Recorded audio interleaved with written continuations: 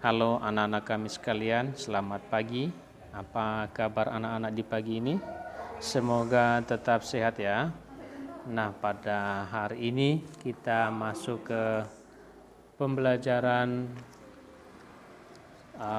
tematik tema 7, subtema 3, pembelajaran 1, 2, dan 3. Pada pertemuan kita kali ini Pak Guru kembali singgung tentang surat. Nah, jenis-jenis surat undangan tepatnya. Nah, ingat anak-anak, apa itu surat kembali? Ya, surat itu adalah surat undangan adalah sebuah surat yang berisi pemberitahuan dan permohonan kesediaan bagi seseorang agar dapat menghadiri suatu acara atau kegiatan. Nah, di dalam keseharian dikenal 3 jenis surat undangan. Ada surat undangan resmi, ada surat undangan setengah resmi, dan ada surat undangan tidak resmi.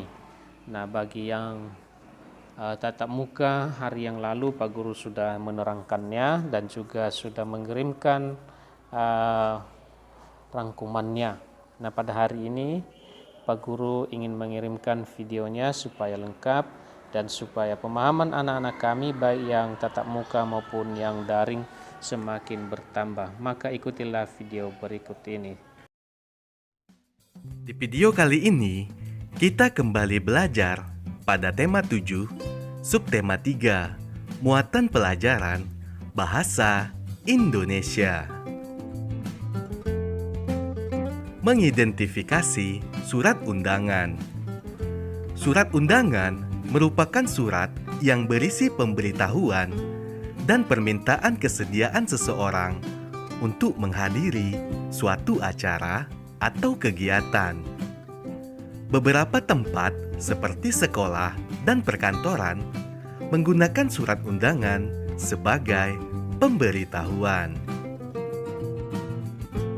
Surat undangan menggunakan kalimat yang efektif, singkat, padat, dan jelas. Tujuannya agar pembaca memahami isi surat undangan yang diterima. Surat undangan dibagi menjadi 2 jenis, yaitu surat undangan resmi dan tidak resmi.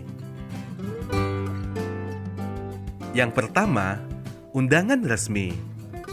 Undangan resmi yaitu undangan yang digunakan oleh lembaga atau instansi resmi. Undangan resmi umumnya ditulis dengan bahasa resmi dan baku. Misalnya, undangan dari Kementerian Negara atau pemerintah daerah. Ayo perhatikan gambar di samping. Gambar di samping adalah contoh surat undangan resmi.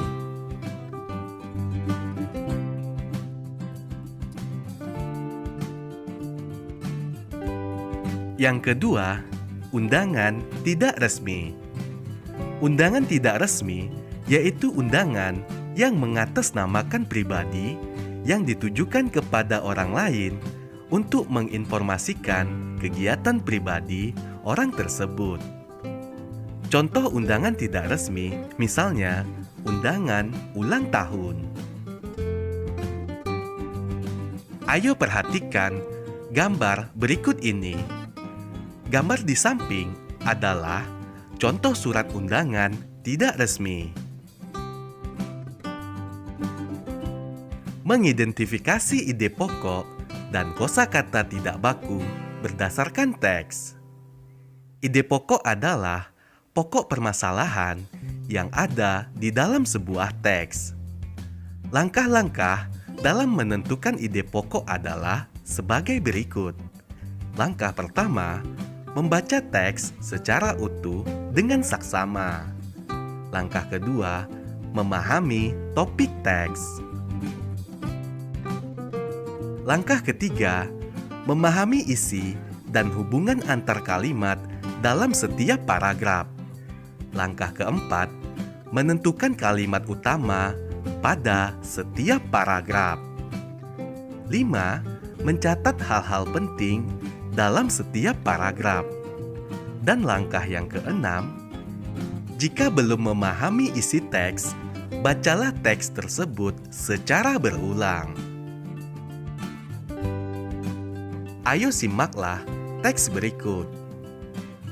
Pada 16 Agustus 1945, sekitar pukul 4 waktu Indonesia Barat, sejumlah pemuda antara lain Sukarni, Wikana, dan Khairul Saleh membawa Soekarno dan Hatta ke Rengas Dengklok.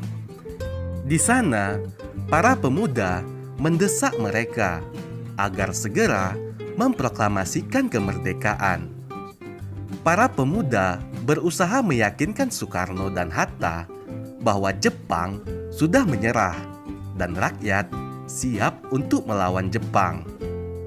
Malam harinya, Laksamana Maida mengantar Soekarno dan Hatta ke kediaman Mayor Jenderal Moichiro Yamamoto, namun ditolak.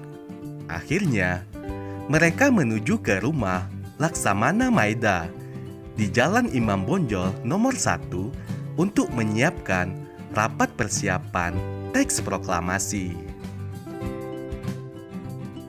Ide pokok berdasarkan paragraf tersebut adalah Jepang sudah menyerah dan rakyat siap melawan Jepang. Selanjutnya, contoh kata baku dan kata tidak baku berdasarkan teks tersebut. Kata baku mendesak, artinya memaksa untuk segera dilakukan.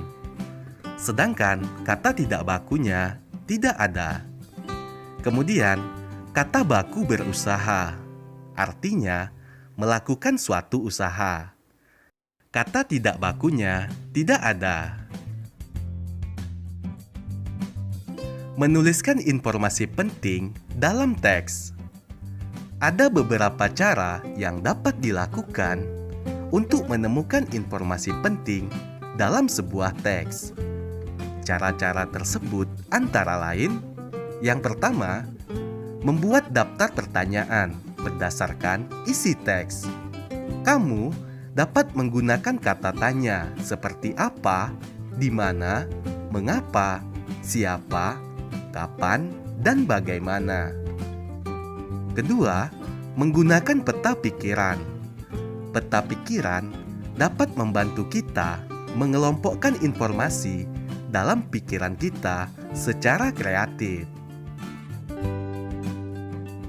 Berikut adalah contoh membuat peta pikiran.